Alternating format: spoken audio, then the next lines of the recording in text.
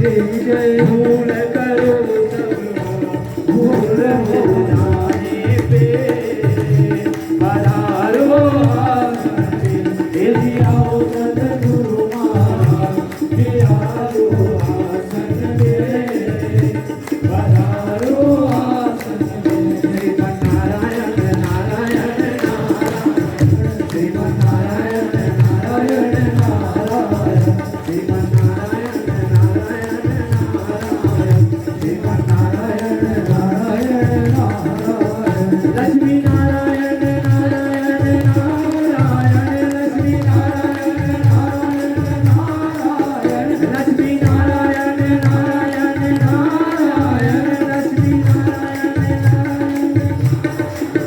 गुरुवर नारायण नारायण नारायण गुरुवर नारायण नारायण नारायण गुरुवर नारायण नारायण निखिल विनय सादर करे साक्षी सारे देव हो निखिल विनय सादर करे साक्षी सारे देव हो गुरु साधक मन प्राण से बोलो जय गुरुदेव श्रीमन नारायण नारायण नारायण श्रीमन नारायण नारायण नारायण श्रीमन नारायण नारायण नारायण निखिल नारायण नारायण नारायण निखिल नारायण नारायण नारायण निखिल नारायण नारायण नारायण निखिल नारायण नारायण सद्गुरु नारायण नारायण नारायण सद्गुरु नारायण नारायण नारायण श्रीमन नारायण नारायण नारायण श्रीमन नारायण नारायण नारायण ब्रह्म नारायण नारायण नारायण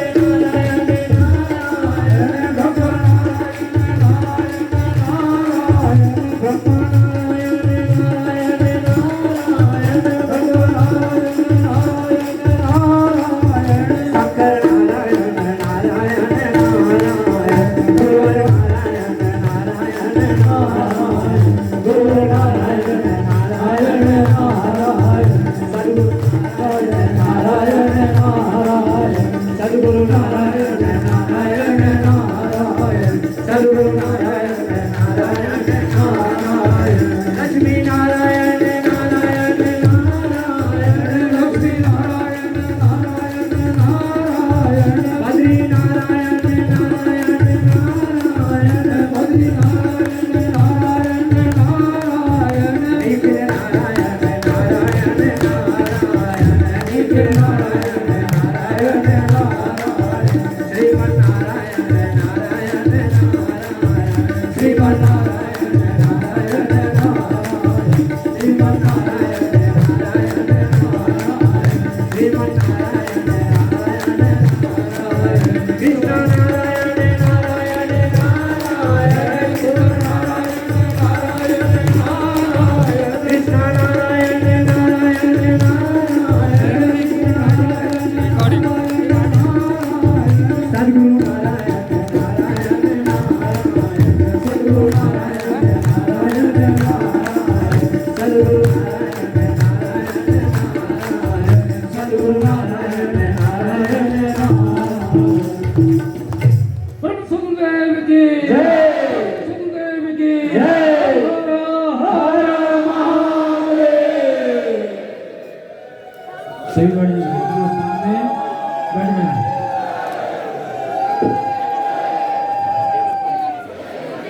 बैठ जाए सात बॉक्स से अपना स्थान में बढ़ जाए पूरे बढ़ जाए जल्दी बढ़ जाए देर मत करें बढ़ जाए कितना श्रेष्ठ धाम है और बड़ी कृपा से हम सभी उनके शिष्यों में बैठे हैं इसे पावन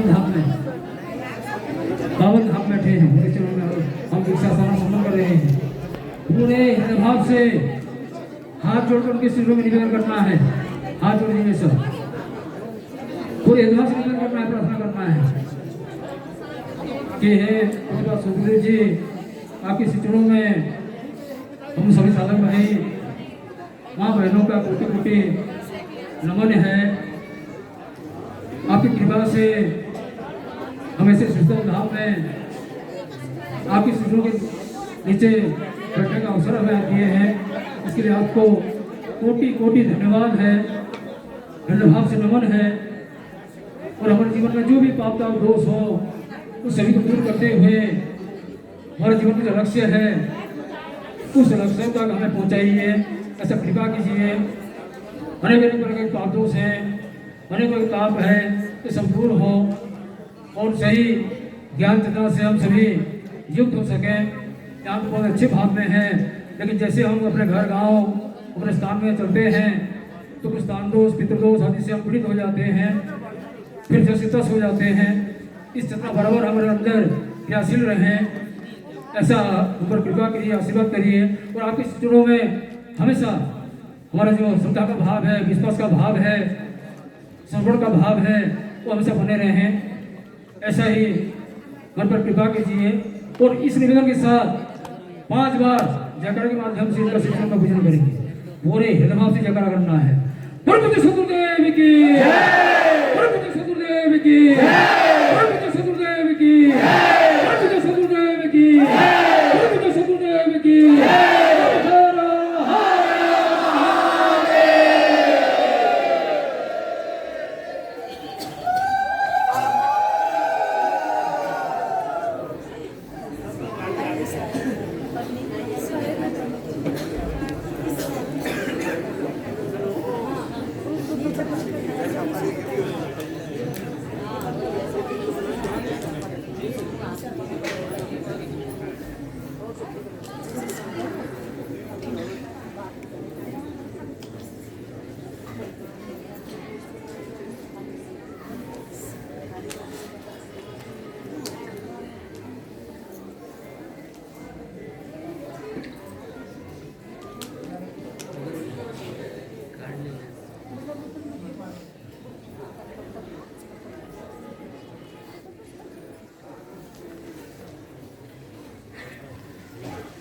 जीवन पथ में अभी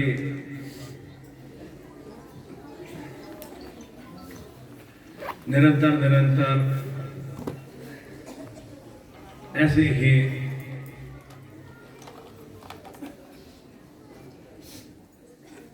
देव तीर्थ में यात्राएं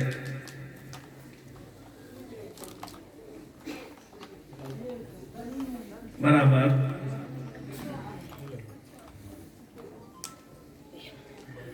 क्रियाशील रहे। हमारा जीवन यायावर की तरह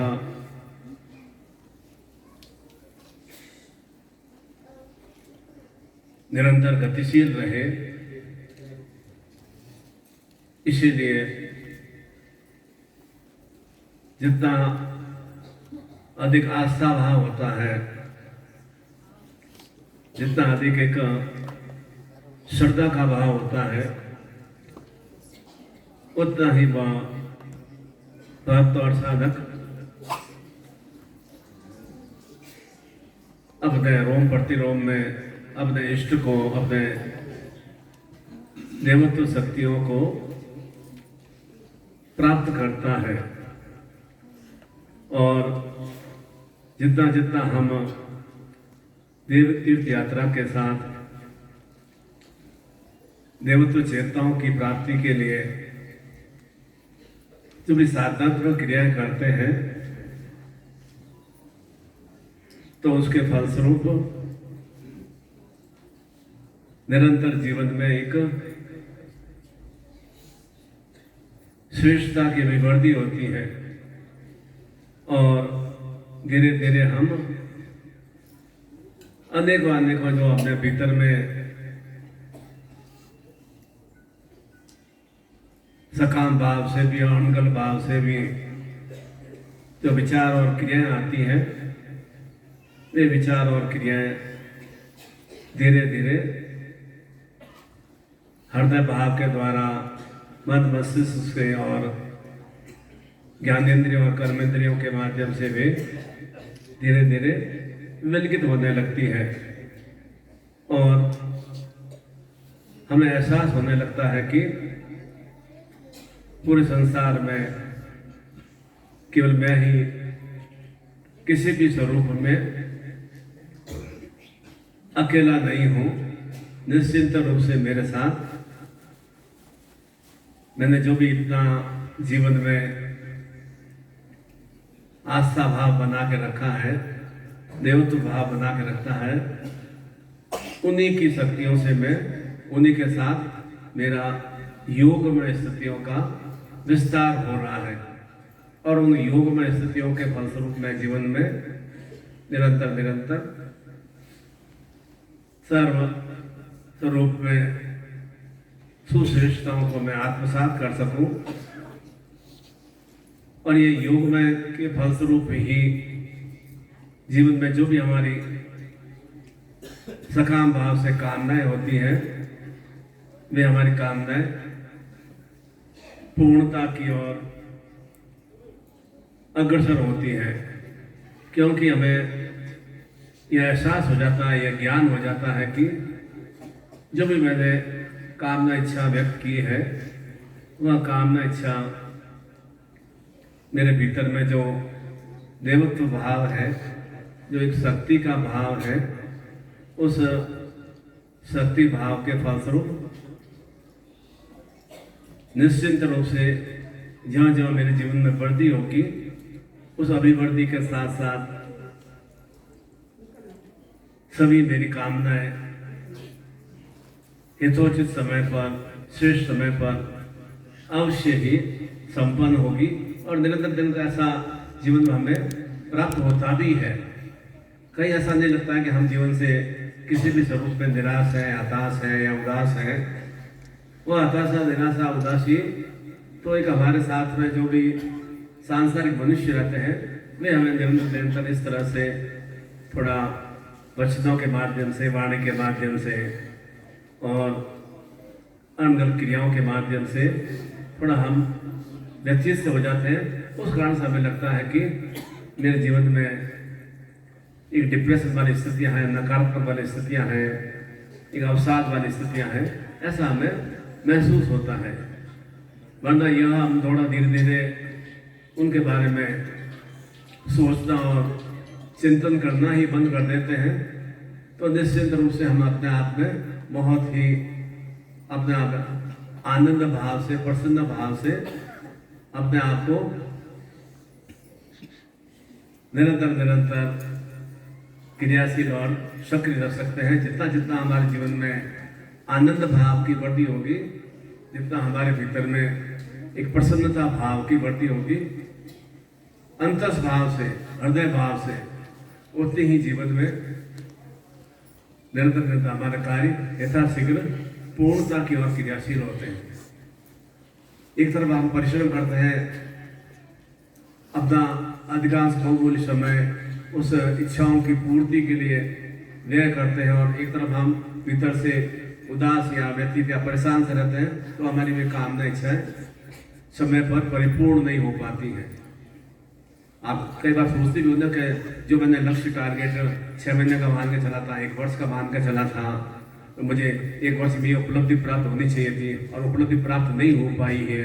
तो उसका मूल कारण ये है कि हम निरंतर एक तुलना करते रहते हैं कि इतना मैंने आज कार्य किया, अब मुझे इतनी सफलता मिली क्यों नहीं, इतना मैंने कल कार्य किया, इतनी और प्लस में सफलता क्यों नहीं आई। यह निरंतर मूल्यांकन करते रहते हैं। उस कारण से हम जो ही उसके बारे में ऐसी सोच आती है, हमारे कार्य में और अधिक थोड़ा विलंब सा हो जाता है। और यह निरंतर मुझे अपना जो कार्य जिस संसार में मेरे खुद के सुख कर्मों के फलस्वरूप और सुख क्रियाओं के फलस्वरूप मुझे प्राप्त हुआ है, उससे मैं किस तरह से परिपूर्ण करूं, वह एक चेतन भाव होता है। तो निश्चित रूप से आप निरंतर उस तरह से क्रियाशील रहते हैं, तो आपके कार्य मनोरथ अवश्य ही सुश्रेष्ठता की ओर, यथाशीघ्र सफलता की ओर आपको प्राप्त होते ही हैं। और हमारा जीवन भी किन भावों से भरा हुआ है? मनोकामनाओं की योगमय भावों से, कि अनेक मन के भीतर में हमारी कामनाएं जागृत होती रहती है। उन कामनाओं को हम योगमय स्थितियों से परिपूर्ण कर सकें। मेरी अमुक कामना है कि ये अमुक कामना मेरी परिपूर्ण हो सके। तो कामना किसकी है? तो मुझे कामना के साथ मुझे अपने आप को योगमय स्थितियों का एक चिंतन करना होगा। कामना किसी और की और मैं योग मैं करूँगा तो वह कामना हमारी परिपूर्ण नहीं हो पाएगी। मेरे सांसारिक गृहस्थ जीवन में, मेरे भौतिक जीवन में, मेरे पारिवारिक जीवन में कितने अधिक कामना में कामना किस तरह से परिपूर्ण हो सके, उसके लिए मुझे एक चिंतन भाव रखना है। और उसके लिए वहाँ विशेष रूप से जितना अधिक आस्था में स्थितियाँ होती है, जितना अधिक हमारा ईश्वर के प्रति, इष्ट के प्रति एक श्रद्धा, समर्पण, प्रेम, उत्साह, आनंद का भाव होता है, उतनी हमारी कामनाएं यथाशीघ्र परिपूर्ण होती है। आप स्वयं महसूस करते हैं कि मेरे भीतर में यदि क्रोध आता है, उन्मान आता है या अनगल क्रिया आती है, तो क्या मेरे कार्य सफल होते हैं? क्या मुझे शांति की प्राप्ति होती है? किसी को मैंने कटु वचन बोल दिए, गाली गलौज कर दिया, लड़ाई झगड़ा कर दिया, तो क्या मुझे एकदम आत्मिक शांति की प्राप्ति होती? स्वयं को महसूस होता है कि नहीं, यह बहुत ही मेरे शरीर के लिए भी नहीं अच्छा नहीं है और मेरे मन मस्तिष्क और बुद्धि के लिए भी अच्छा नहीं है। और उसके फलस्वरूप मेरी बुद्धि निरंतर कुबुद्धि की और अनगल क्रियाओं की अग्रसर होती है। और जो ही आपके भीतर में प्रेम का प्रस्फुट जागता है, चाहे वह कैसी भी क्रिया हो, संसार में संतान सुख की वृद्धि होती है। जब प्रेम का भाव होता है तभी संतान सुख की प्राप्ति होगी। संतान को भी हमारे अच्छा योग्य और श्रेष्ठ बनाना है, हमारा अच्छी तरह हमें अपने आप में उसको वशीकरण युक्त करना है, तो उसके साथ प्रेम भाव से वशीकरण कर सकते हैं। चाहे संतान हो, चाहे पत्नी हो, चाहे पति हो या परिवार के सदस्य हो, तो प्रेम भाव से ही हम उन्हें अपने वशीभूत कर सकते हैं। तो प्रेम भाव के फलस्वरूप ही हम अपने इष्ट को, अपने सदगुरु को, अपने कुल देवताओं को, अपने देवी देवताओं को वशीभूत किया जा सकता है, केवल प्रेम भाव के फलस्वरूप ही। और प्रेम भाव भीतर से ही जागृत होता है। प्रेम भाव कोई बाजार में नहीं बनता है कि प्रेम भाव मैं खा लूंगा या कुछ ऐसा पी लूंगा तो मुझे प्रेम भाव जागृत हो जाएगा। प्रेम भाव भीतर में ही है। उस भीतर में अंतस भाव को जागृत करने की यह क्रिया यहाँ पर हम आज विशेष रूप से राजराजेश्वरी स्वरूप में कि मेरे भी जीवन में राजयोग में स्थितियाँ रहे। राजयोग में रहे थे कोई आपको कोई क्षेत्र के आप राजा बन जाएंगे, वह राज वाला भाव नहीं है कि मैं ईश्वरीय शक्तियों से परिपूर्ण हो सकूं। जिस तरह से भगवान विष्णु और माता गौरी लक्ष्मी और पंचदेव यहाँ विद्यमान है और नर नारायण के रूप में यहाँ पर्वतों के बीच में यह बद्रीनाथ धाम विद्यमान है, उसी स्वरूप में मैं भी नर से नारायण में स्थितियों से युक्त हो सकूँ। नर तो मैं हूँ ही, मैं मनु का पुत्र तो हूँ ही, मनु से मैं एक नारायण में शक्तियों से युक्त हो सकूं, अर्थात विष्णु में शक्तियों से युक्त हो, मेरे सदगुरु में शक्तियों से युक्त हो सकूं। वह हम चेतना ऊर्जा की प्राप्ति हम उस शक्तिपात दीक्षा के माध्यम से, और जैसे जैसे आपकी कामना पूर्ति है, जो भी आपने कामना पूर्ति के लिए विशेष रूप से, क्योंकि देव धाम में जो भी हम कामना पूर्ति के लिए क्रियाएं करते हैं उसका हमें, और गुरु सानिध्य में, यहाँ आप अकेले यात्रा में और कहीं भी आप जा सकते हो, जाते भी होंगे। कई बार आपकी इच्छा हुई होगी कि सोमनाथ की यात्रा कर दूँ, रामेश्वर की यात्रा कर दूँ, आप जाते भी होंगे। परंतु एक जब गुरु सानिध्य में बैठकर वहाँ आप उस देव तीर्थ यात्राओं को अपने भीतर में आत्मसात करते हैं, तो उसको हमें बहुत ही तीव्रता से और हिता से हमें लाभ की प्राप्ति होती है। और आप खुद महसूस करेंगे कि इसी जून माह में भी, आज तो 9-10 तारीख हो रही है, आपको मुश्किल से ये ज्येष्ठ पूर्णिमा से पहले आपको सकाम भाव से एकदम चेतना प्राप्ति होगी कि आप धीरे धीरे मेरे जीवन में बहुत अधिक श्रेष्ठता में शक्तियों की बढ़ती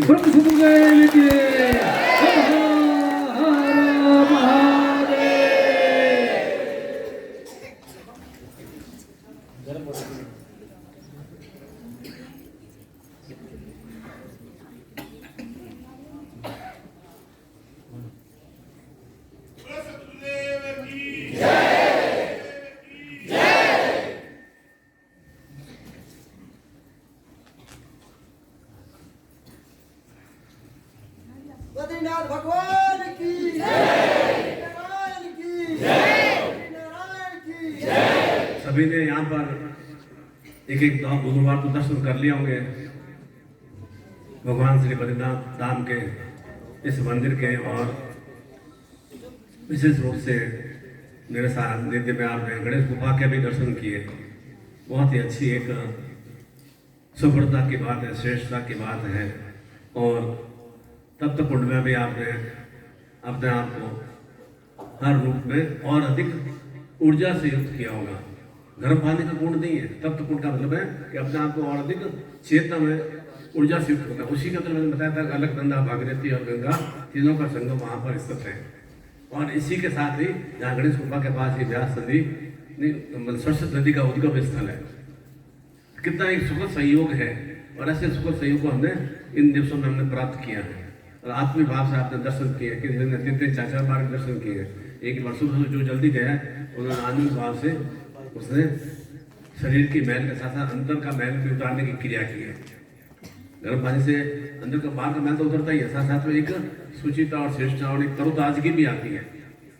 और वैसे ही तरोताजगी आपने दूर से भी दर्शन किए तो भी भगवान नारायण की दृष्टि तो आपकी तरफ है ही ना, तो निश्चित रूप से सदगुरु की दृष्टि आपकी तरफ है, उसकी एक सुचेतना की अवश्य प्राप्ति हुई। ये चिंतन नहीं करना कि मैं वीआईपी दर्शन से पास में नहीं गया या आरती नहीं किया या मैंने पास में प्रसाद नहीं चढ़ाया, दूर से भी दृष्टि तो उनकी सब जगह है ना। आप यहाँ भी विराजमान है, यहाँ पे सदगुरुदेव चेतना तो विद्यमान ही है, कोई सदगुरु चेतना ऐसे थोड़ी बद्रीनाथ धाम में विद्यमान है, कोई सिद्धाश्रम में विद्यमान है, निश्चित रूप से यहाँ पर विद्यमान है। उसी भाव चिंतन से हम यहाँ पर विराजमान है, तो निश्चित रूप से उनको ऐसे सदगुरुदेव की प्रेरणा है। तो हम इसी तरह से सुखद रूप में कई यात्राएं हमने संपन्न की है और भी आपका चिंतन भाव अच्छा रहेगा तो आगे भी हम इस वर्ष में या अगले वर्ष में और अच्छी यात्राएं संपन्न करें। केवल और केवल आपका चिंतन भाव अच्छा होना चाहिए तो ही निश्चित रूप से ये यात्राएं सफल हो सकती है। और चिंतन भाव से योग में स्थितियां आपके इष्ट से आपके सदगुरु से मिलन होगी तो हमारे आगे की यात्राएं भी निरंतर यायावर रूप में निरंतर क्रियाशील रूप में हम ऐसी देव तीर्थ यात्राएं संपन्न करेंगे और हमें एक आनंद की और हमें चेतनाओं की प्राप्ति होगी। प्रभु सुखदेव की ओम हर हर जितना योग वाली स्थितियां या जितना भोग वाली स्थितियां, जितना अच्छे खान पान वाली स्थितियां या जितना आनंद या प्रेम वाली स्थितियां स्वयं आत्मसात करते हैं वही श्रेष्ठता है। मेरे पति ने श्रेष्ठता से सुख प्राप्त कर लिया, मेरे बच्चे ने सुख प्राप्त कर लिया, मैं दुखी रही तो वह जीवन आपका एक तरह से नाकिन है। पहले मैं अपने आप के जीवन में किस तरह से आनंदमय रहूं, प्रसन्नमय रहूं, प्रेममय रहूं, वो हमें चिंतन करना है। मैं स्वयं प्रसन्न में आनंदमय रहूंगा तो निश्चित दूसरों को मैं प्रेम और उत्साह ऊर्जा दे सकूंगा। जब मैं खुद कुछ नियमों का पालन करूंगा तो ही मैं अपने साथियों को कुछ से कुछ नियम उनको बता सकूंगा, उन्हें चेतना बता सकूंगा। मैं ही नियमों का पालन नहीं करूं, मैं ही कुछ अपने भीतर में बेकार रखूं, मैं अपने साथियों को शिष्यों को कुछ भी चिंतन देने के लिए योग्य नहीं रह पाता हूँ। ठीक उसी तरह से आप भी घर में घर के मुखिया हैं, घर के सर्वश्रेष्ठ हैं, घर के मुखिया सभी हैं। ऐसा नहीं कोई पति सब घर का मुखिया होता है या पिता ही घर का मुखिया होता है। घर के मुखिया के साथ कोई सहयोगी है, पत्नी भी सहयोगी है, उसके माता पिता भी सहयोगी है, उसके बच्चे भी सहयोगी है। इनके सबसे मिलकर ही वो परिवार बनना है। इनमें से कोई एक हिस्सा अलग हो जाता है, कुछ एक हिस्सा अगर मतभेद हो जाता है, कुछ अप्रसन्न आ जाती है तो वह परिवार में श्रेष्ठ नहीं बन पाता है। इसलिए सभी एक तरह से मुख्य रूप में है, सभी को एक तरह से उनका एक तरह से ये नीति निर्देशक तत्व रूप में है, उनके कर्तव्य रूप में स्थितियां हैं। तो कर्तव्य रूप में कार्य हमें जीवन में करना चाहिए, अभिमान रूप में नहीं करना चाहिए। मैं घर का बड़ा हूँ, मैं सब कार्य कर रहा हूँ, मैं सब घर को संभाल रही हूँ, मैं बच्चों को ध्यान दे रही हूँ, तो अभिमान रूप में क्रिया नहीं होनी चाहिए। मैं माता पिता से ज्यादा पढ़ा लिखा हूँ, ऐसा अभिमान वाली स्थितियां नहीं होनी चाहिए कि मैं ऐसा श्रेष्ठ पद पे हूँ। मैं बार बार कहता हूँ कि मेरे बच्चे क्या पैकेज है, कितना पैकेज है, 25 लाख का पैकेज। अब आपके बेटे 25 लाख का पैकेज, आपके साथ में रहता कितना है? सबसे अच्छा बेटा या बेटी वह है जब तक उनका शादी विवाह नहीं हो जाता है कि वह रात्रि का भोजन हमारे साथ में करे, माता पिता के साथ करे। सबसे वह योग्य और सपूत बेटा होता है, वह एक सुदक्षिणा सुसंस्कारों से युक्त हो रहा है। और शाम को भी आपका बच्चा, रात में आपका बच्चा साथ में नहीं है और बाहर कहीं पढ़ रहा है, बाहर कहीं नौकरी कर रहा है, वो हमारे लिए 25 लाख का पैकेज हो या 50 लाख का पैकेज हमारे लिए क्या काम कर रहा है? उसमें हमें माता पिता को क्या सुखी मिलता है? इसीलिए तो ये ओल्ड हाउस ज़्यादा पढ़ रहे हैं ना, ओल्ड हाउस ज़्यादा पढ़ रहे हैं तो वापस वैसे क्रिया उनके साथ में होने की है। वैसे वृद्धाश्रम में क्यों पढ़ रहे हैं? हर गांव में छोटे छोटे कस्बों में वृद्धाश्रम क्यों खोल गए? क्योंकि भीतर में प्रेम रिक्त हो गया, प्रेम सूख सा गया, भीतर में एक अपदत्वपन सूख सा गया। छोटा सा लघु परिवार, उसके बाद में भी इस तरह की अणुगल स्थितियां आती है तो ऐसा ही महसूस होता है। और वहां पर क्या होता है, थोड़ा बड़े बुजुर्ग का थोड़ा और बड़े बुजुर्ग मिलते हैं, थोड़ा उनके भीतर में एक आनंद भाव रहता है, एक प्रसन्नता का भाव रहता है। वो प्रसन्नता आप घर में भी दे सकते हैं, पर तो उन्हें एक लगता है हमें फ्री नेस मिल रही है, हमें स्वतंत्रता प्राप्त नहीं हो रही है, हम अपना फ्री लिए कुछ काम नहीं कर सकते। वो हमें भीतर से थोड़ा इस तरह की भावना को निकालना चाहिए। हम इस तरह की भावना अपने माता पिता के साथ करेंगे तो निश्चित हमारी संतान भी हमारे साथ ऐसी ही क्रिया करेगी। अर्थात उसका मतलब ये है कि हम कितने ही पैसे वाले हैं, अमीर हैं, धनी हैं, परंतु इसके मामले में सबसे अधिक अत्यधिक दरिद्र और गरीब हैं। और ये दरिद्रता और गरीब जो स्थितियाँ हैं वह जीवन में अनेक अनेक रूपों में कलह वाली स्थितियों की वृद्धि करती है, अनेक अनेक संताप रोग कष्टों वाली वृद्धि करती है। उससे हमारा कोई बेटा बहू या बेटी दामाद हमारे सुखी नहीं होते, अनेक अनेक रूपों में उनके किसी न किसी स्वरूपों में उन्हें कष्ट की प्राप्ति होती है। भले हम अंदर से प्रार्थना भले कितनी भी करते हैं, चलो मेरे बेटा खुश रहे, मेरी बेटी खुश रहे, मेरे दामाद खुश रहे, परंतु वो एक आनंद भाव भीतर से नहीं निकलता है। और जहाँ ये ऐसी स्थिति को फिर हम देव स्थान पर आ जाते हैं तो हमें लगता है कि हाँ मैं देवता में समाये तो वो देवता मेरे में समाये है। ऐसा ही हमें एक उत्साह ऊर्जा की प्राप्ति होती है। आप 3-4 दिन से यहाँ पर विराजमान, 5-6 दिन हो गए घर से आप विराजमान, कैसा पल पल आपको एक आनंद उत्साह का भाव चित्र प्राप्त हो रहा है। बारिश भी हो रही है तो भी आप आनंद ले रहे हैं, ठंडी हवा भी चल रही है तो भी आप आनंद ले रहे हैं। और ये आप घर में होते हैं तो एकदम आपके कैसे घर में कमरे में दुबक के बैठ जाते हैं। और यहाँ आनंद का भाव क्यों है, एकदम क्या निश्चित रूप से यह एक देवत्व शक्ति की भूमि है, एक देवत्व चेतना की भूमि है। इसलिए जो भी जीवन में क्रिया करें वह एकदम शांत भाव से, प्रेम भाव से, एक निरंतर एक क्रमबद्ध रूप से, एक क्रियात्मक रूप से वह क्रिया में अवश्य संपन्न करना चाहिए। आजकल के बच्चों का तो थोड़ा उग्रता का भाव से तो होता है ना कि कुछ जल्दी से जल्दी मुझे सफलता की प्राप्ति हो जाए, यथाशीघ्र में सबसे अच्छे पद पर पहुंच जाऊं, सुश्रेष्ठ में स्थितियों पर पहुंच जाऊं, ऐसा भावना चित्त होती है ना। तो ऐसा ही एक लड़का गुरु के पास में आया, गुरुजी मैं बहुत जल्दी अच्छी सफलता प्राप्त करना चाहता हूँ, अच्छी श्रेष्ठ पद पर प्राप्त करना चाहता हूँ,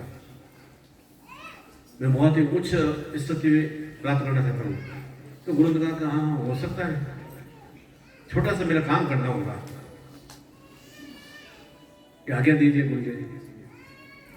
क्योंकि उसको तो वो ये था ना कि जल्दी से उत्साह एकदम हुआ ज्यादा, एकदम उसके अंदर में एक उत्साह क्या कहते हैं एक्साइटेड था, बहुत ही उत्तेजित था कि जल्दी जल्दी मैं कैसे सफलता प्राप्त करूं। वह उत्तेजना वाली भावना थी, उसमें वो निरंतरता एक क्रमबद्धता वाली भावना नहीं थी। यथा से मुझे बस कुछ मैं श्रेष्ठ पद पर पहुंच जाऊँ। तो गुरु ने कहा मुझे छोटा सा काम करना होगा। कहा कि मेरा ये मतलब आश्रम है, आश्रम में बगीचे में काफी अच्छे पेड़ पौधे हैं, अच्छे अच्छे पुष्प लगे हुए हैं, तो मैं इसमें ऐसे करना एक कोई भी सुंदर पुष्प मेरे पास लेकर आ जाना।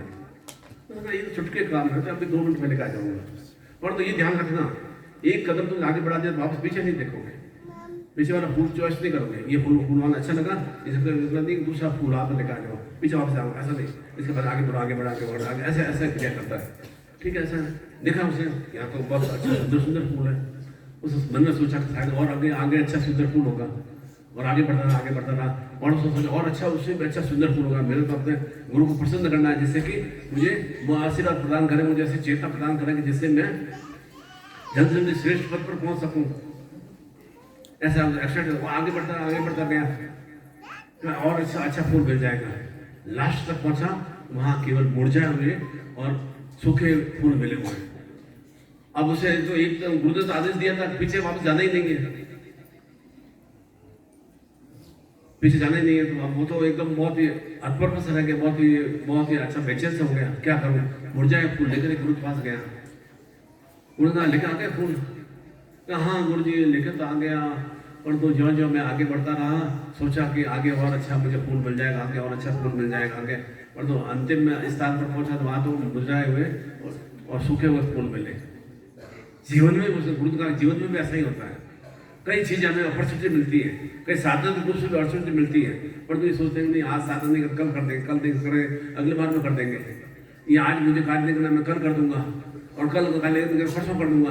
इस महीने कोई तैयारी अच्छी नहीं हुई एग्जाम की, नेट के एग्जाम है मान लो, या मान लो नेक्स्ट ईयर में मान लो यूपीएससी का एग्जाम मई में, आज तक नहीं और कोई बात नहीं, नेक्स्ट मंथ में कर दूंगा, नेक्स्ट मंथ नहीं अगले मंथ में अगस्त में कर दूंगा, अगस्त में नहीं हुआ सितंबर में कर दूंगा। इस तरह से हम आगे जो है बढ़ते रहते हैं, वो आज नहीं कर पाए कल कर देंगे। तो हमारे जो अच्छे श्रेष्ठ में मौके होते हैं, अपॉर्चुनिटी होते हैं, उसको हम खो देते हैं। जीवन में भी ऐसा ही होता है। गुरु जब चेतना देता कि नहीं बेटा आप देखो ये सत्यपात की पूजा साधन तुम्हें करना है, ये सामग्री तुम्हें प्राप्त करना है। अच्छा गुरु जी कोई बात नहीं, आज नहीं लिया पाया अगली बार मैं देख लूंगा, और हमारा वो सुअवसर हमारे खो जाते हैं हम। ऐसा ही जीवन में भी ऐसा ही होता है। प्रत्येक कार्य में हम आगे लिंगर ऑन करने के आगे टालने वाली क्रिया करते हैं। ये आगे किस तरह से आगे टाल दें, किस तरह से हम कोई भी क्रिया कैसे काम को कैसे टालने वाली क्रिया होती है, मन भावना चिंतन होती है। क्यों होती है? भीतर में एक अनिश्चित प्रभाव की भावना होती है। कार्य मुझे सफल करना है, पूर्ण करना है, वो एक चिंतित भाव नहीं होता है, उसके पीछे लगन वाली भावना नहीं होती, इच्छा शक्ति वाली भावना नहीं होती।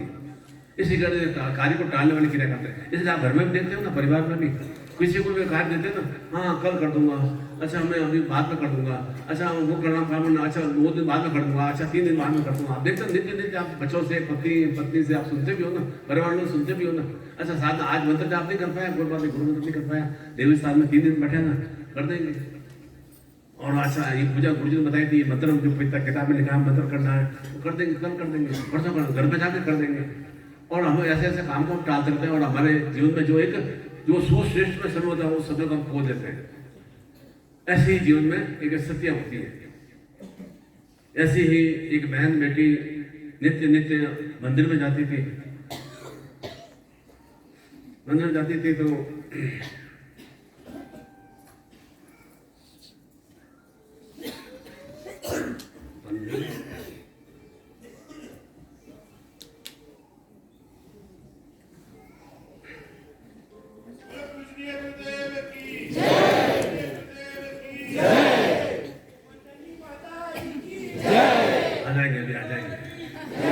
भी आपके लिए गणेश गुफा में दर्शन करने के लिए गई। पहले मुझे भेजा और आज 2 बार उन्होंने भगवान भोलेनाथ के दर्शन भी किए और पूजा अर्चना भी संपन्न किया। अभी वे गणेश गुफा की ओर अग्रसर है। कल जैसे मैं गाजियाबाद चला था, वैसे ही वे भी क्रियाशील है। वे कह रहे थे कि आपको इतना ऊर्जा चेतना आपको सदगुरुदेव प्रदान कर रहे हैं, तो क्या मैं भी तो उनके परिवार का हिस्सा हूँ, तो मैं भी भले ही मेरे भीतर में कई तरह के थोड़ा पीड़ाएं कष्ट होंगे, मैं भी उस चेतना को आत्मसात करूँ। तो वे अभी क्रियाशील हैं, तो हम जब थोड़ी बाद दीक्षा की पूर्णता के अग्रसर होंगे, उसके बाद में हमारा सबका सौभाग्य होगा कि हमें भगवती शक्ति रूप में माता जी के दर्शन होंगे।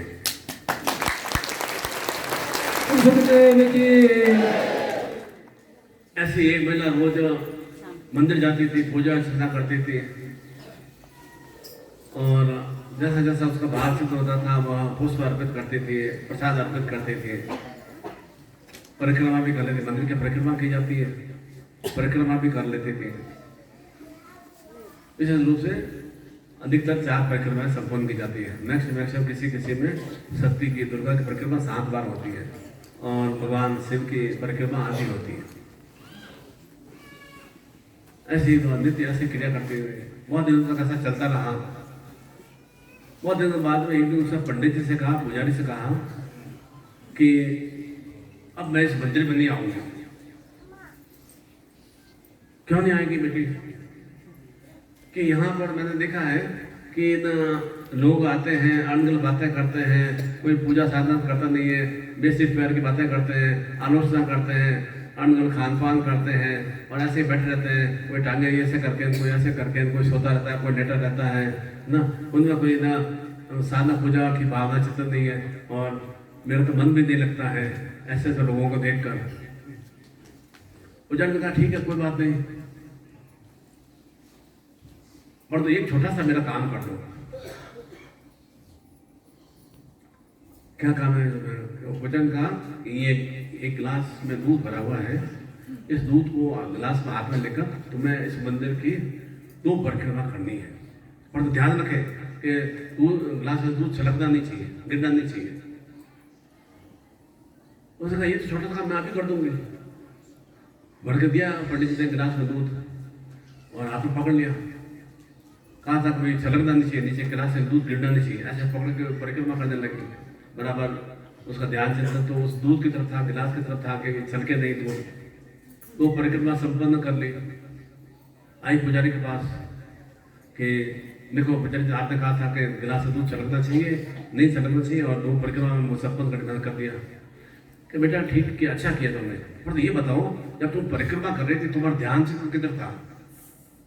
गुरु जी ध्यान चिंतन तो मेरा गिलास की तरफ था, दूध की तरफ था कि वो छलके नहीं। तो पुजारी कहा ठीक वैसे ही तुम्हारा ध्यान चिंतन होना चाहिए कि आसपास के लोग क्या बातें कर रहे हैं, क्या क्रिया कर रहे हैं, तुम्हारा ध्यान उससे जाता ही क्यों है? तो हमारे भी जीवन में ऐसा ही होना चाहिए कि जब भी हम पूजा साधना करें या कोई भी कार्य करें तो ऑफिशियल काम करें या चाहे व्यापारिक कार्य करें या दुकान का कार्य करें या नौकरी कार्य करें, ध्यान चित्त केवल हमारा उस तरफ होना चाहिए। तो हमारे जीवन में ऐसे अनेक तरह के जो भी अणुगल विचार आते हैं, अणुगल विचार समाप्त होते हैं। पूजा कर रहे हैं और हमारा मोबाइल बज रहा है और हमारा ध्यान उधर जा रहा है, पूजा कर रहे हैं और कोई बार घंटे बजा रहा है, हमारा ध्यान उधर जा रहा है, तो इस तरह से तो वो पूजा हमारी सुसफल में नहीं होती है।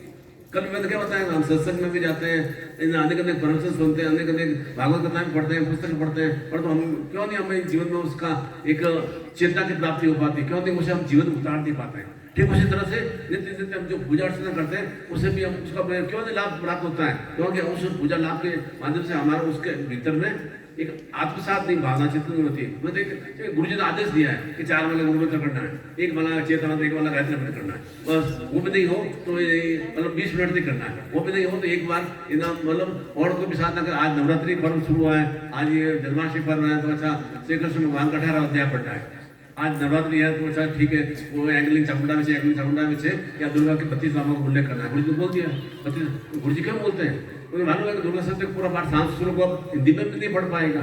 उनको मालूम है कि गुरु जी कह देंगे 3 दिन पाठ रोज पढ़ो, पूरे 18 अध्याय पूरे करो, वो भी नहीं पढ़ पाएगा। तो गुरु जी कहते हैं 32 नाम पढ़ो, वो भी नहीं होता। तो अच्छा एंगलिंग चामुंडा में से 21 बार मंत्र जाप पढ़ो, वो भी हमसे नहीं हो पाता है। तो क्योंकि हमारा उस पर ध्यान चिंतन नहीं जाता है। जब तक यह ध्यान चिंतन उसमें हम पूर्णता से गुरु मंत्र में हम या चेतन मंत्र में या कोई भी मंत्र में हम पूर्णता से हमारा एक मंत्र एक मेरा एक, इसलिए मैं कहता हूँ बार बार हमें मौन पर धारण करना चाहिए, आधे घंटा बहुत मिनट बैठना चाहिए। तो धीरे धीरे जो भी अंदर उमड़ बातें चीज आ रही है ना, वो सब मिलकर तो प्रारंभ हो जाती है। थोड़ा प्रयास से प्रारंभ करें, प्रयास तो निश्चित 10 मिनट शुरू करें, फिर 12 मिनट, 15 मिनट, 20 मिनट, तो आप निश्चित रूप से आप आधा घंटे तक आप नित्य मौन हो जाएगा और आपको अंदर इतने असीम शांति की प्राप्ति, असीम सुख की प्राप्ति होगी, आनंद की प्राप्ति होगी। और मानसिक चिंतन में इतना जो सरदर्द रहता है, माइग्रेन की प्रॉब्लम रहती है या सरदर्द की या डिप्रेशन की प्रॉब्लम, स्वतः डिप्रेशन की प्रॉब्लम आपको समाप्त हो जाएगी। और आपको फिर बड़े दिन रात्रि में दिन 4 घंटे में आएगी, एकदम पूर्ण स्वस्थता से आप पूर्ण प्रातः मतलब अच्छी चेतना से उठ पाएंगे। नहीं आधा घंटा ही बहुत बड़ा करना है, और बहुत कब जब आप उठ जाए तो सुबह और रात्रि में सोने से पहले उसके बीच में करना है। आपको नहीं मतलब ज्ञान उसमें नींद आ गया, उसमें क्या बहुत धारण किया, वो बहुत नहीं है ऐसा। तो निश्चित रूप से आपके अणुगल विचार, अणुगल दोष, संताप खत्म हो जाए। जितना मन मस्तिष्क उबड़ उबड़ रखता है ना, उतना यहाँ अनेक अनेक बीमारी को अग्रसर होता है, अनेक अनेक भीतर में अनेक क्रियाओं की ओर अग्रसर होते हैं, भीतर में दूसरी भावना की बढ़ती होती है। तो यहाँ सब हम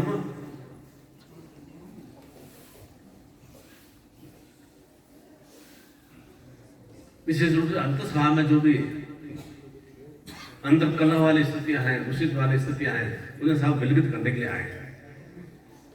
हाथ जोड़ लेंगे,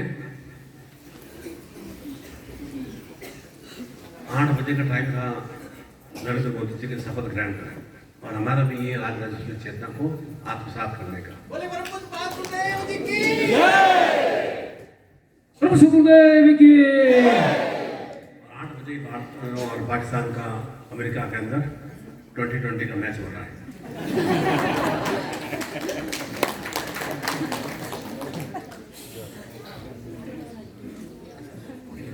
ओम की ध्वनि करेंगे, हरि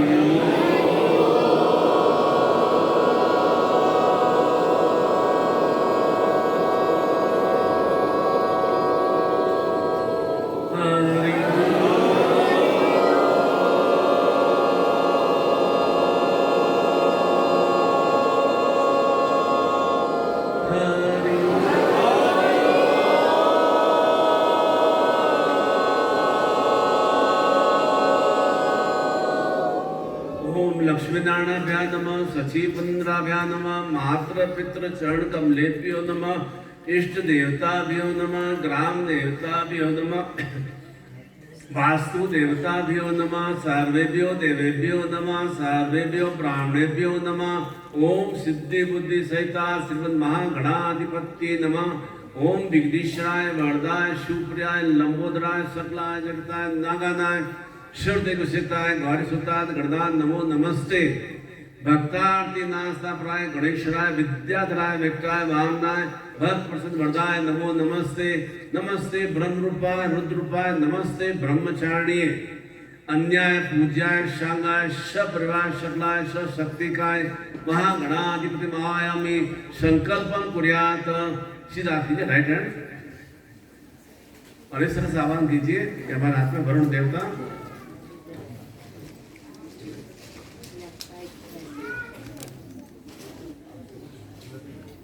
जल देवता हमारे हाथ में विद्यमान है।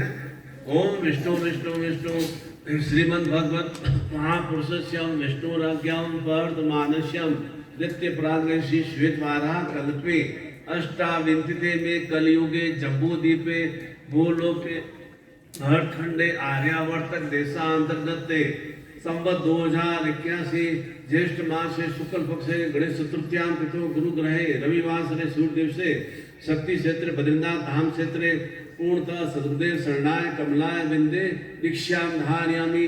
अपने माता पिता का नाम बोलिए, पति पत्नी का नाम बोलिए और अपनी संतान का नाम बोलिए।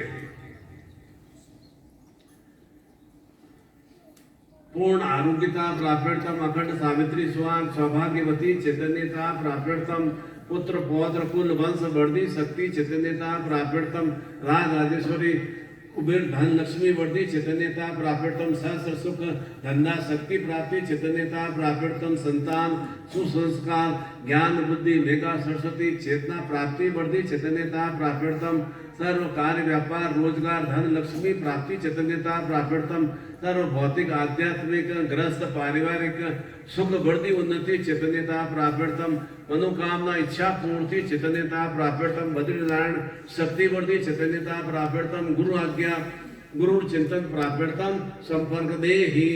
अब बोलिए तम चित्ते मम चित्ते तम प्राण तम चिंतय मम चिंतय तम आज्ञा सजीवन परिपालन। मन में इच्छा धारणा कामना हो इस बद्रीनारायण धाम में धारण करते हुए जल को छोड़ दीजिए।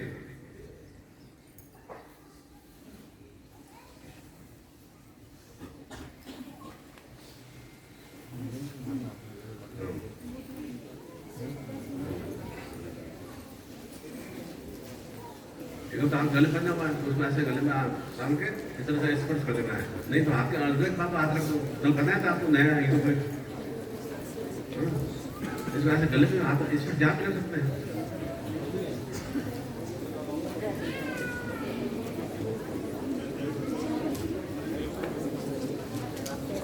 ओम निज्ञो पवित्रम परम पवित्रम प्रजापते सहजम पुरुषात् आयुष्यम अग्रम प्रतिमुंजम शुभ्रम निज्ञो पवित्रम बलमस्तिगुदिशम। ओम शांतिरस्तोम पुष्टिरस्तोम तुष्टिरस्तोम वर्धिरस्तोम अविघ्नमस्तु आयुष्यमस्तु आरोग्यमस्तु शिवमस्तु शिव कर्मास्तु कर्म खंडोम भगवती कार्तेय प्रताम भगवती माहेश्वरी प्रताम भगवती ऋद्धिकर प्रताम भगवती वर्धिकर प्रताम भगवती पुष्टिकर प्रताम। ओम सूर्य ज्योतिधार्यम चंद्रस ज्योतिधार्यम भौमस ज्योतिधार्यमि ओम बुद्धस ज्योतिधार्यमि गुरु बृहस्पति ज्योतिधार्यमि शुक्र ज्योतिधार्यमि ओम शनिश्चर ज्योतिधार्यमि छायाग्रह राहु केतु नवग्रह ज्योतिर्धार्यमि। गले वापस पहन लो। ऐसे ईगो पहनने का तरीका ये है, अंदर साइड में बनियान के नीचे या जैसे भी आप पहनते हो ना तो ये लेफ्ट साइड में कंधे ऊपर ये रहे हमारे ईगो पे और राइट हैंड से बाहर निकल जाए। ऐसा हमेशा धारण की ओर रखना चाहिए। और थोड़ा मैला कुचला हो जाता है कटपट जाए तो उसको पुनः वापस धारण कर देना चाहिए। दूसरा ईगो लेके गायत्री मंत्र बोलते हुए 3 बार गायत्री मंत्र बोलने के बाद तो धारण कर देना चाहिए। और आपके पास में विशेष रूप से थोड़ा राजराजेश्वरी शक्ति यंत्र है और विशेष रूप से वह चैतन्य माला भी है, तो दोनों हाथों में ले लेंगे। देख लेंगे कि लिखा हुआ नाम लिखा हुआ नीचे बद्रीनाथ लिखा है और उसके बाद में ओम श्रीम ह्रीम श्रीम सहस्र विष्णु लक्ष्मी नमः ये मंत्र भी लिखा हुआ है। पहले यंत्र को और इसको माला को इस तरह से आपको लपेट के रखना है, ऐसे यंत्र को ऊपर रखना है।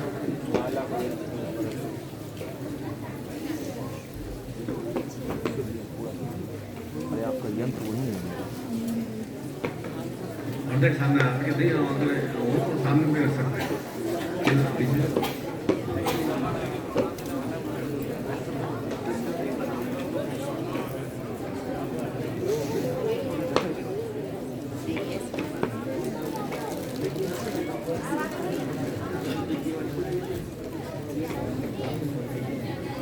मुझे निकल गया सब यंत्र में बना क्या?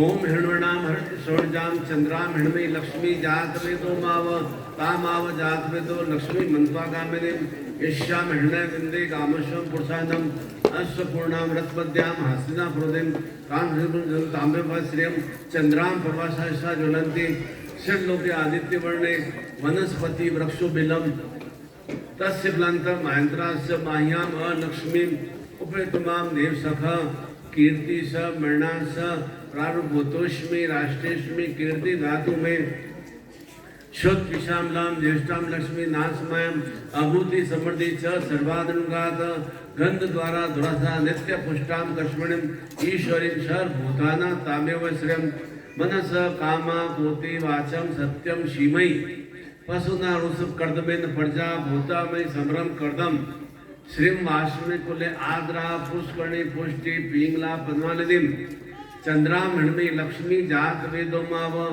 आद्रा कर्णे स्वर्णा हिममालिनीम सूर्याम हिणमयी लक्ष्मी जात वेदो माव तामाव जात वेदो लक्ष्मी मंत्वागामिनीम यह सूचि पड़तो भूत्वा श्री सूक्तम जपेतम ओम सुमुक्षति दंतस्य कपिलो गच्छकणक लंबोदरसम विट्टो विगन्नाशो विधायकम धूम्रकेतु गणाधिक्षो बालचंद्रो गजानम द्वासन्नामानि पठे शुणादपि विद्यारंभे विवाह च प्रवेशे निर्गमे तथा संग्रामे संकटे च विघ्नतस्य न जायते शुक्लांबरम पुस्तम सुरासुरे सर्व विघ्न हर तस्मै गणाधिपत्ये नमः सर्व मंगल मांगल्ये शिवे सर्वार्थ साधिके शरण्य त्र्यंबके गौरी नारायणे नमोस्तुते सर्वदाम सर्वकार्येषु नास्ति तेषां मंगलम येषां हृदयस्थो भगवान मंगलायतनम हरि तदे लग्न से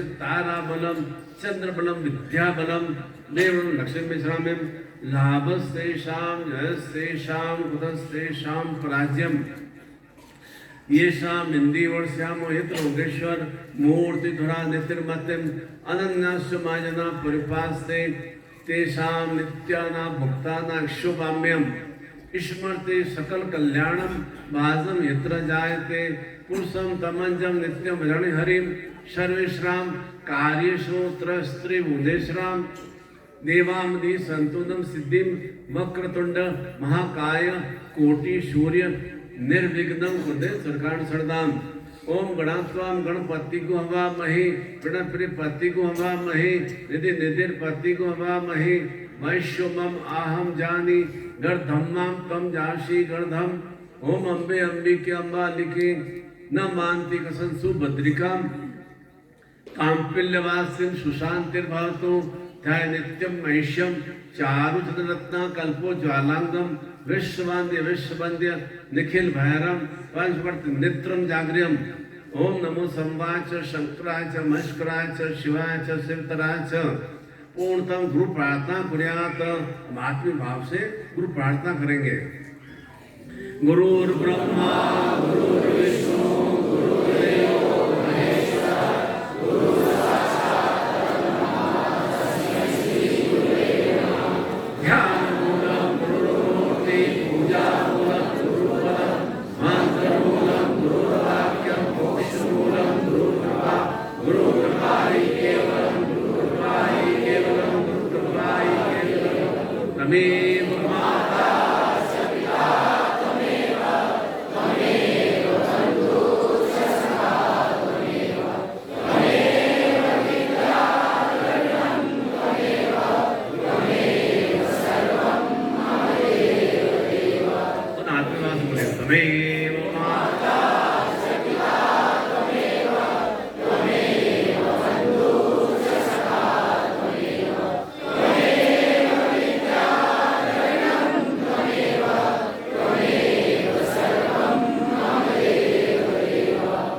चतुर्विघ्न रूप से हमारे जीवन में हर रूप में धर्म अर्थ काम और उसकी पूर्णता की प्राप्ति हो, उसी लिए चार अंगुलियों को राइट हैंड के चार लेफ्ट हैंड में यंत्र को ले लेंगे। मानो को अपने सामने रखो या गोदी पर रख दो। और 4 उंगली को ऊपर साइड में जहाँ पर सिद्धाश्रम बद्रीनाथ लिखा वहाँ उंगली स्पर्श करना 4 उंगली और साथ में गुरु मंत्र बोलेंगे ओम परम तत्वाय नारायणाय गुरुभ्यो नमः ओम परम तत्वाय नारायणाय गुरुभ्यो नमः ओम परम तत्वाय नारायणाय गुरुभ्यो नमः ओम परम तत्वाय नारायणाय गुरुभ्यो नमः। इसको आगे चक्कर पे हृदय पे 4 उंगलियों को स्पर्श करा देंगे और पुनः बीच में हम 4 उंगलियों को रखेंगे। ओम ह्रीम मम प्राण देह रोम प्रतिलोम चैतन्य जागृय ह्रीम ओम नमः ओम ह्रीम मम प्राण देह रोम प्रतिलोम चैतन्य जागृय ह्रीम ओम नमः ओम ह्रीम मम प्राण देह रोम प्रतिलोम चैतन्य जागृय ह्रीम ओम नमः ओम ह्रीम मम प्राण देह रोम प्रतिलोम चैतन्य जागृय ह्रीम ओम नमः। पुनः आप आगे तक अपने हृदय पे स्पर्श करा देंगे और पुनः आप सबसे नीचे जहाँ मंत्र लिखा हुआ है उस मंत्र के ऊपर रखेंगे। मंत्र लिखा हुआ ओम श्रीम ह्रीम श्रीम सहस्त्र विष्णु लक्ष्मी नमः, उसके ऊपर उंगली रखना है। ओम भूर्भुवः स्वः तत्सवितुर्वरेण्यं भर्गो देवस्य धीमहि धियो यो नः प्रचोदयात्। ओम भूर्भुवः स्वः तत्सवितुर्वरेण्यं भर्गो देवस्य धीमहि धियो यो नः प्रचोदयात्। ओम भूर्भुवः स्वः तत्सवितुर्वरेण्यं भर्गो देवस्य धीमहि धियो यो नः प्रचोदयात्। ओम भूर्भुवः स्वः तत्सवितुर्वरेण्यं भर्गो देवस्य धीमहि धियो यो नः प्रचोदयात्। हृदय पे नाकों को स्पर्श कर दो। अब आप केवल लेफ्ट हैंड में इस यंत्र रखेंगे और माला को जैसे सुमेरु को स्पर्श करके आंखों में हृदय का स्पर्श करा दीजिए।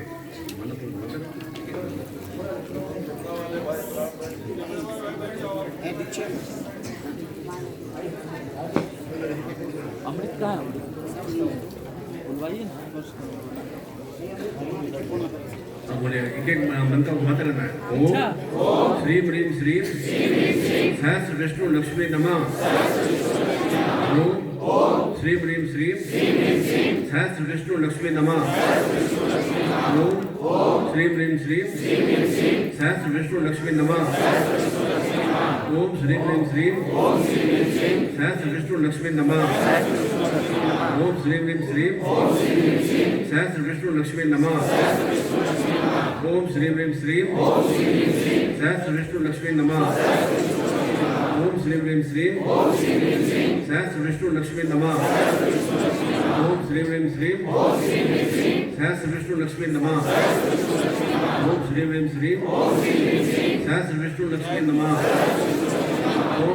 श्रीम सहस्त्र विष्णु लक्ष्मी नमः। ओम श्रीम ह्रीम श्रीम सहस्त्र विष्णु लक्ष्मी नमः। ओम श्रीम ह्रीम श्रीम सहस्त्र विष्णु लक्ष्मी नमः।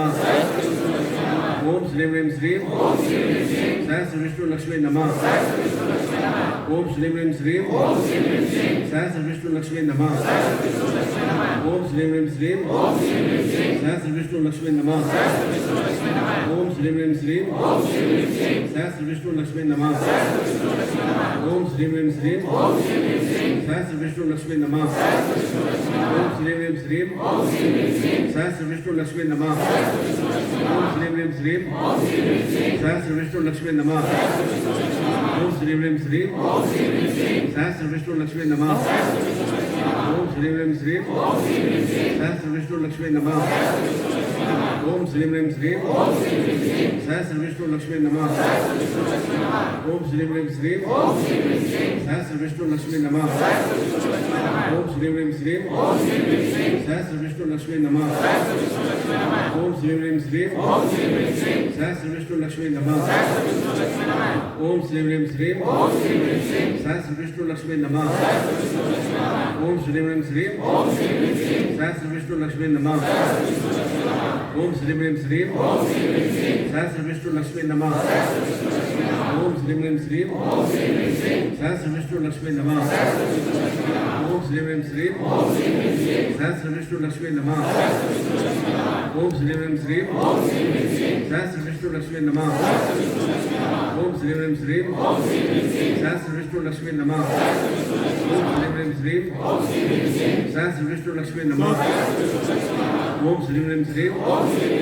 सहस्र विष्णु लक्ष्मी नमः ओम श्री ह्रीं श्रीं सहस्र विष्णु लक्ष्मी नमः ओम श्री ह्रीं श्रीं सहस्र विष्णु लक्ष्मी नमः ओम श्री ह्रीं श्रीं सहस्र विष्णु लक्ष्मी नमः ओम श्री ह्रीं श्रीं सहस्र विष्णु लक्ष्मी नमः ओम श्री ह्रीं श्रीं सहस्र विष्णु लक्ष्मी नमः ओम श्री ह्रीं श्रीं सहस्र विष्णु लक्ष्मी नमः ओम श्री ह्रीं श्रीं सहस्र विष्णु लक्ष्मी नमः ओम श्री ह्रीं श्रीं सहस्र विष्णु लक्ष्मी नमः ओम श्री ह्रीं श्रीं सहस्र विष्णु लक्ष्मी नमः ओम श्री ह्रीं श्रीं सहस्र विष्णु लक्ष्मी नमः ओम श्री ह्रीं श्रीं सहस्र विष्णु लक्ष्मी नमः ओम श्री ह्रीं श्रीं सहस्र विष्णु लक्ष्मी नमः ओम श्री ह्रीं श्रीं सहस्र विष्णु लक्ष्मी नमः ओम श्री ह्रीं श्रीं सहस्र विष्णु लक्ष्मी नमः ओम श्री ह्रीं श्रीं सहस्र विष्णु लक्ष्मी नमः ओम श्री ह्रीं श्रीं सहस्र विष्णु लक्ष्मी नमः ओम श्री ह्रीं श्रीं सहस्र विष्णु लक्ष्मी नमः ओम श्री ह्रीं श्रीं सहस्र विष्णु लक्ष्मी नमः ओम श्री ह्रीं श्रीं सहस्र विष्णु लक्ष्मी नमः ओम श्री ह्रीं श्रीं सहस्र विष्णु लक्ष्मी नमः ओम श्री ह्रीं श्रीं सहस्र विष्णु लक्ष्मी नमः ओम श्री ह्रीं श्रीं सहस्र विष्णु लक्ष्मी नमः ओम श्री ह्रीं श्रीं सहस्र विष्णु लक्ष्मी नमः ओम श्री ह्रीं श्रीं सहस्र विष्णु लक्ष्मी नमः ओम श्री ह्रीं श्रीं सहस्र विष्णु लक्ष्मी नमः ओम श्री ह्रीं श्रीं सहस्र विष्णु लक्ष्मी नमः ओम श्री ह्रीं श्रीं सहस्र विष्णु लक्ष्मी नमः ओम श्री ह्रीं श्रीं सहस्र विष्णु लक्ष्मी नमः। अब सुबह को आगे तक गर्दन लगा दो और गले पे माला पहन दो और यंत्र को पहले इधर पूरे सर के ऊपर लगाओ। ओम श्री ह्रीं सहस्र विष्णु लक्ष्मी नमः ओम श्री ह्रीं सहस्र विष्णु लक्ष्मी नमः ओम श्री ह्रीं सहस्र विष्णु लक्ष्मी नमः ओम श्री ह्रीं सहस्र विष्णु लक्ष्मी नमः ओम श्री ह्रीं सहस्र विष्णु लक्ष्मी नमः ओम श्री ह्रीं सहस्र विष्णु लक्ष्मी नमः ओम श्री ह्रीं सहस्र विष्णु लक्ष्मी नमः ओम श्री ह्रीं सहस्र विष्णु लक्ष्मी नमः ओम श्री ह्रीं सहस्र विष्णु लक्ष्मी नमः ओम श्री ह्रीं सहस्र विष्णु लक्ष्मी नमः ओम श्री ह्रीं सहस्र विष्णु लक्ष्मी नमः ओम श्री ह्रीं सहस्र विष्णु लक्ष्मी नमः ओम श्री ह्रीं सहस्र विष्णु लक्ष्मी नमः ओम श्री ह्रीं सहस्र विष्णु लक्ष्मी नमः ओम श्री ह्रीं सहस्र विष्णु लक्ष्मी नमः ओम श्री ह्रीं सहस्र विष्णु लक्ष्मी नमः ओम श्री ह्रीं सहस्र विष्णु लक्ष्मी नमः ओम श्री ह्रीं सहस्र विष्णु लक्ष्मी नमः ओम श्री ह्रीं सहस्र विष्णु लक्ष्मी नमः। और इसको 3 बार घुमा दो। घोड़ी का पेंडल कैसे घूमता है उस तरह से घुमाना है और पुनः उसको आपके सामने रख दो। माला गले पहन लेना है।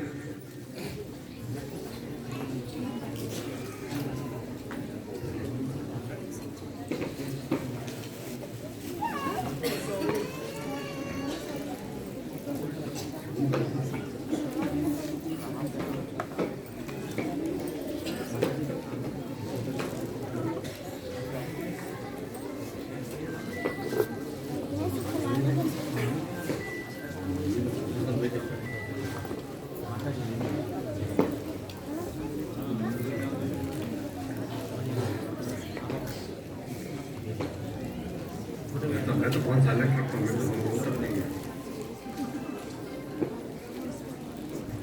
साइलेंट मिसाल है, शांतता मिसाल है। ये तो अलग अलग टोन क्या क्या मोबाइल में आप रखते हो, कई बार का थे ना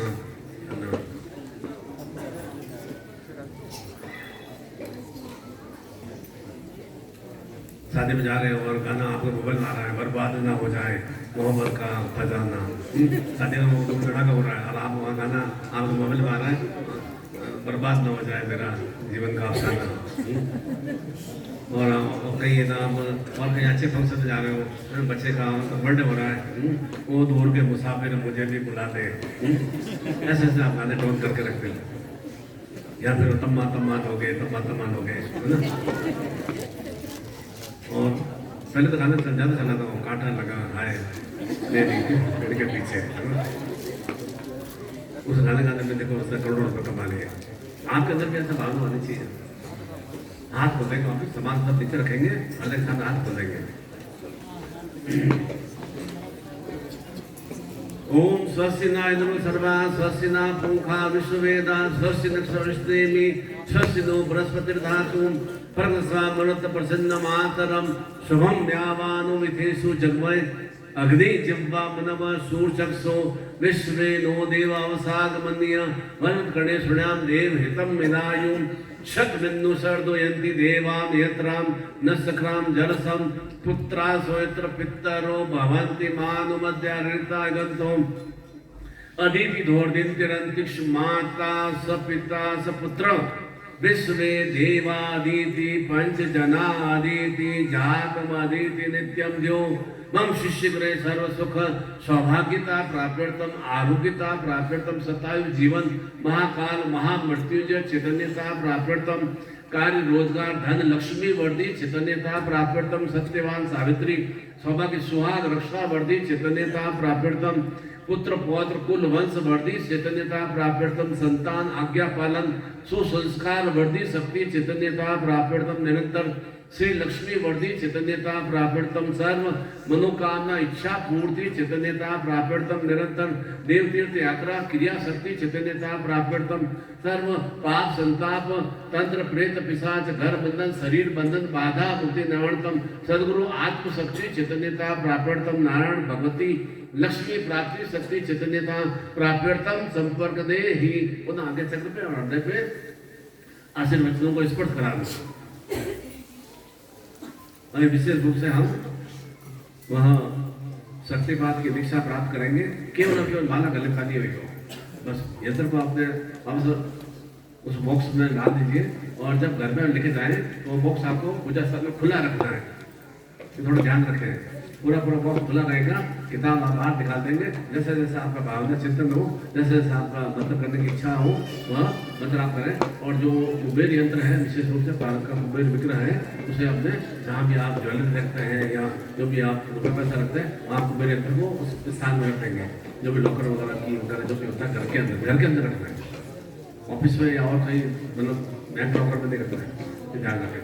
और निरंतर इसी तरह से चलते फिरते भी ये मंत्र का आप अनुसरण कर सकते हैं, मंत्र जाप कर सकते हैं, जिससे कि निरंतर हमारे शास्त्र स्वरूप में सुलक्ष्मी और निरंतर इस तरह से स्मरण करने से आपको बराबर भगवान बद्रीनारायण की, भगवान सिद्धाश्रम की, भगवान सदगुरुदेव की आपको चेतना की प्राप्ति भी आना से प्रारंभ हो जाएगा कि मैं वहाँ पर ऐसे सुख में यात्रा कर गई थी।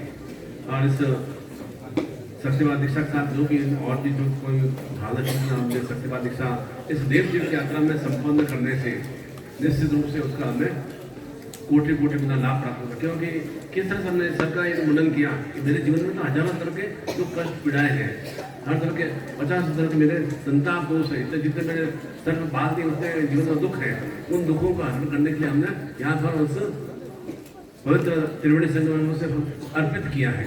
और ठीक उसी तरह से जो आपको पुराना पूछा था उसे भी आप अर्पित करते हैं उस संगम में, उस नदी में बहा दें। ये त्रिवेणी संगम जो अलग गंगा भगवती और गंगा हला है इसमें आप बहा दें और नूतन पूछा धारण कर लें, उसके साथ भी शक्तिवाद दीक्षा मिल जाएगी। और साथ ही साथ में विशेष रूप से जो भी आपने इन 5 दिवसों में हरिद्वार में और ऋषिकेश में भी आपने गंगा का दर्शन भी किए हैं और पास में लक्ष्मण झूला के पास से भी आप निकले हैं, जैसे जैसे आपने वहाँ पर जो भी रास्ते में देव तीर्थ यात्राओं के दर्शन करते हुए चले हैं। इतना विशाल विशाल इन पहाड़ों के और दर दर भगवान के ये जो देव तीर्थ में स्थान है उनके दर्शन किए, उसके लिए हमें उसका पूर्ण रूप से लाभ प्राप्त हो सके। और देव तीर्थ यात्राओं में भी असुर वृत्तियाँ क्रियाशील रहती हैं, अणदल की राक्षसी वृत्तियाँ भी क्रियाशील रहती है। देवताओं का असुरों का देवताओं का निरंतर एकदम 36 का आंकड़ा ही रहता है। तो भी हमारे भी जीवन में इस तरह से किसी भी तरह से घर में पहुँचे, सुरक्षित रूप से पहुँचे और हर तरह से सेफ रहे, आगे भी निरोग में रहे, उसी के लिए विशेष रूप से प्रत्येक साधक को हवन की क्रिया संपन्न करना है। और विशेष रूप से वहाँ रक्षा सूत्र रूप में विशेष रूप से कुछ कड़े की प्राप्ति करना है। वो कड़े के साथ ही आपको यज्ञ की भी पर्ची प्राप्त हो जाएगी और यज्ञ आहुति क्या मंत्र बोलना है वो मैं आपको प्रदान कर दूंगा। वहाँ पर खुद बैठ के मैं आप करूँगा और आपके इतने सुंदर सुंदर श्रेष्ठ वस्त्र आपके खराब नहीं होंगे। कम से कम किसी की भी राजपूती की ड्रेस 5,000 से कम की नहीं है। साड़ी पहना हुआ है, मान के चलो 4-5 हज़ार से कम की नहीं है। ड्राई क्लीन कराने पड़ते हैं, 200 रुपये 250 रुपये ड्राई क्लीन लग जाते हैं। अच्छा है का वेद कोट पहनकर आप उसको यहाँ के हवन में बैठे तो इस गर्माहट भी रहेगी और शरीर के अंदर के वस्त्र आपके खराब नहीं होंगे। इसमें ड्राई क्लीन कराएंगे और आपको और फिर वो मार्केट ड्राई क्लीन कैसी होती है, उसमें मिलती है हैवी आयरन मिलते हैं, तो वो सब एकदम उसकी फैटनेस हो जाती है, वहाँ एकदम उसका चमक जो होती है खत्म हो जाती है। तो आपने इतने कीमती वस्त्रों का, आपके कीमती शरीर का, जिससे आपको कोल्ड वगैरह नहीं हो, उस सेफ्टी के लिए आप रेनकोट भी प्राप्त करके और हाथ में हवन के लिए विशेष रूप से यह कड़ा भी आप प्राप्त कर लें और उसको कड़े को राइट हैंड में बांधना है, जिससे कि निरंतर मैं भगवान विष्णु की शक्तियों से मैं परिपूर्ण रहूँ। इस तरह से मेरे जीवन में यह भगवान विष्णु लक्ष्मी का यह चैतन्य रूप से विग्रह है, उसके माध्यम से मैं हवन माउक्ति, उसी का हाथ के माध्यम से हवन माउक्ति देना है। जो भी मेरे जीवन में असुर रूपी, राक्षसी रूपी, अंग रूपी क्रियाएं हैं, तो मेरा दिमाग इतना अधिक व्यथित और परेशान कर रहे हैं, उसको समाप्त करने के लिए और ऐसे देव तीर्थ पर हम हवन की क्रिया संपन्न करेंगे तो निश्चित रूप से हमें सुलाभ की प्राप्ति होगी। रात बेला में सोता है नहीं, बाजार में कहाँ सोते आप? दिन क्या था, सोता है वो खोता है, जागता है वो पाता है। आप सोच लो कि यहाँ देव तीर्थ में सोने के लिए आए कि जागृत अवस्था में आए? जागृत अवस्था में आएगा तो आपको जागृत अवस्था में रहना है और सब अपना रात्रि में आराम से भोजन ग्रहण करके और जल्दी जल्दी भोजन ग्रहण करना। उसके बाद में 3 बजे 4 बजे भोजन नहीं करना है, थोड़ा ध्यान रखें और दिन पर थोड़ा खाली पेट रखें। सुबह आपको पैकेट मिल जाएंगे और एकदम सुबह जल्दी भोजन करके जाएंगे तो आपको गाड़ियाँ कैसे घूमती है, गाड़ियों में घूमती है ना, तो आपको कोई शारीरिक तकलीफ नहीं हो। 3:30 बजे अपनी अपनी गाड़ी में ही बैठना है। जिस गाड़ी में आप आए थे, जिस सीट पर आप बैठे थे, उसी सीट पर आपको बैठना है। आप अपने साथ में ध्यान रखें मेरे साथ में कौन था वो ध्यान रखना। कोई दूसरा व्यक्ति आपके पास आकर नहीं बैठे या आप किसी दूसरे स्थान पर जाकर नहीं बैठे, आपको ध्यान रखना है। और सामान का भी उसी गाड़ी में रखना है और सब तरह से पैक करके उसी गाड़ी में आप कोई तरह का सामान और वापस उसी वहाँ पावन धाम में ही आपको विश्राम उसी कमरे में जाकर करना है। और 11 तारीख की सुबह 7 बजे तक आप कमरा आपके लिए फ्री है। 7 बजे के बाद में आप रुकते हैं तो आपको वहाँ पर अलग उसे दूसरे दिन आपको चार्ज देना होगा। 7 बजे तक बाद में उस भी आपकी जैसे जैसे ट्रेन हो वैसे उस से आप गंतव्य स्थान पर पहुँच कर जो ही घर में पहुँचे, कैसे भी आप 2 दिन से पहुँच रहे हैं, 3 दिन से पहुँच रहे हैं, 1 दिन पहुँच रहे हैं, पहले सर्वप्रथम अपने पूजा स्थान में जाकर दीपक प्रज्वलित करना है। स्नान करने की जरूरत नहीं है, दीपक प्रज्वलित। और अपने सदगुरुदेव को, अपने इष्ट को प्रणाम करते हुए कि मैं ये सुरक्षित रूप से यह यात्रा संपन्न करके आ गया। इसे सब आपकी अनुकंपा रही है, आगे भी मेरे ऊपर आपका ही, पूरे परिवार पर आपका ही अनुकंपा बराबर बनी रहे। ये मंत्र बोल के, ये मंत्र उच्चारण करके आप फिर अपने दूसरे क्रिया सब प्रारंभ कर सकते हैं। प्रातः मतलब नित्य नित्य ऐसे भी कभी भी यात्रा करने के लिए जाते हैं तो दीपक थोड़ा प्रज्वलित करके निकलना चाहिए और यात्रा से संपन्न करके घर में आते हैं तो दीपक प्रज्वलित करना चाहिए और फिर भगवान को या अपने सदगुरु को नमन करते हुए जाना चाहिए कि मेरी यात्रा सब कुशल हो और घर पहुंचेंगे मैं सकुशल रूप से आपकी कृपा से आ गया। ऐसा एक भारत नाम है।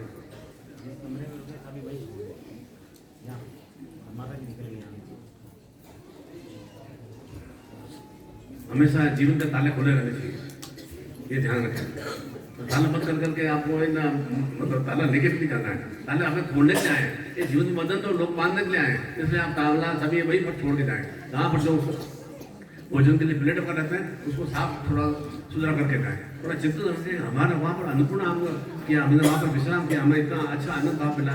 एक स्वच्छता का भाव चित्त होना चाहिए। कोई भी वहाँ पर अन्न इधर उधर खान पान के ऐसा गिलास है जो भी चाय की है या और कोई भी बिखरी नहीं हो तो दूसरा बिखर देता है, उसको आप देखते हो आप खुद आपको उठा दो तो ये अच्छा लगता है कि देखो हमने उसके ऊपर हमने कर्जा डालना है। आप जैसे दूसरे गिलास उठाते हैं या कोई थाली उठाते हैं ना, साफ करते हैं ना, उसके ऊपर ऋण चढ़ता है।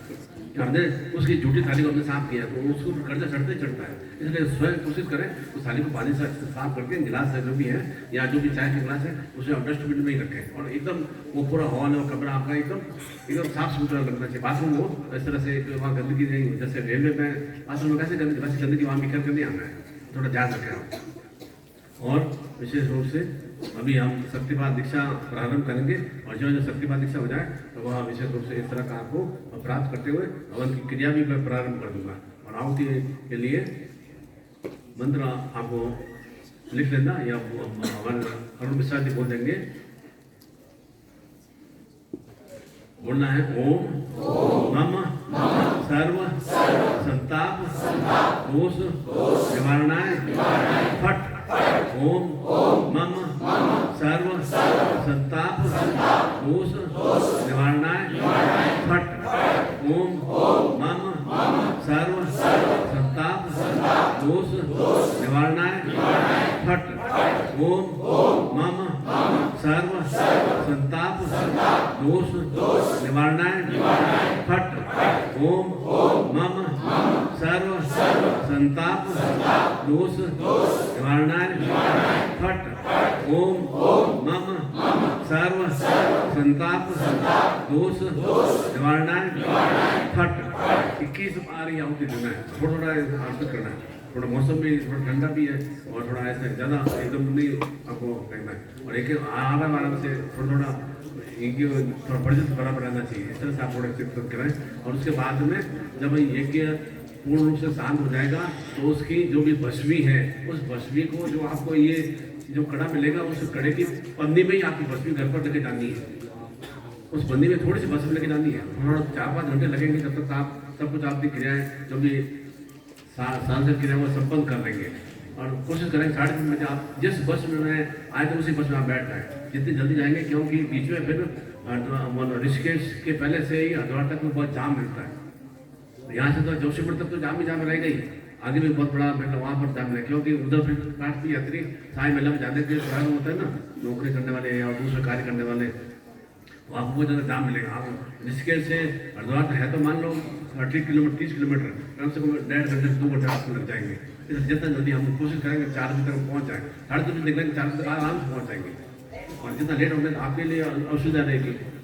मैं कोटि आश्रय देता हूँ कि आप ऐसे ही जीवन में अपने सदगुरु के साथ अपने इष्ट के साथ ऐसी सुखदमय यात्रा संपन्न करें और आपके जीवन में हर रूप में शक्तियों की प्राप्ति हो, देवताओं की शक्तियों की प्राप्ति हो और निरंतर आपके जीवन में सीधा सरल चेतना की प्राप्ति हो। और जिन्होंने भी अब दिन में भी आज मिले थे उनके लिए जो भी मैंने पर्ची लिखा है उस पर्ची को यहाँ पर पूर्णता प्रदान करना ही है। निश्चित रूप से पूर्णता प्रदान करेंगे तो निश्चित रूप से, क्योंकि ये सामने कागज का टुकड़ा नहीं है, उसे आप पूर्णता प्रदान करें। ये यंत्र भी आपको दिया है, कोई ऐसा नहीं कि तांबे का यंत्र खाली है, उसमें किस तरह से चित्र देता कि आपने कैसे पूरा एक माला को मेरे गुरु के साथ मुख से आपने उच्चारण किया और निश्चित रूप से आप में कोई तरह का एक तो अंतर भी नहीं है। आप एक मुख से वैसे उच्चारण शुद्धता से निकल रहा था, तो निश्चित रूप से आप में और अच्छा शुद्धता का भाव चित्र है। उसी भाव चित्र की बढ़ती के लिए जो भी आपको दिन में आपको पर्ची प्राप्त हुई वह सामग्री अवश्य प्राप्त करें और प्रत्येक को यह हवन यज्ञ संपन्न करना ही है, क्योंकि जो देवतीर्थ यात्रा संपन्न करते हैं या साधना पूजा करते हैं हवन यज्ञ की क्रिया अवश्य संपन्न करनी चाहिए। जिससे मैंने इतने दिनों में जो भी मंत्र जाप किया है, जो भी मैंने जैसे आपने यात्रा प्रारंभ की सदा भवानी दायिनी सन्मुख रहो गणेश पंच देव रक्षा करें बड़मावेश्वर ऐसा उच्चारण किया होगा या गुरु मंत्र तो उच्चारण किया होगा, उसकी हमें पूर्ण चेतना की प्राप्ति हो सके। वह एक ही पुरुष के माध्यम से उस चेतना को प्राप्त करने के लिए वह एक हवन आपको अवश्य संपन्न करना है। बोलो सद्गुरुदेव भगवान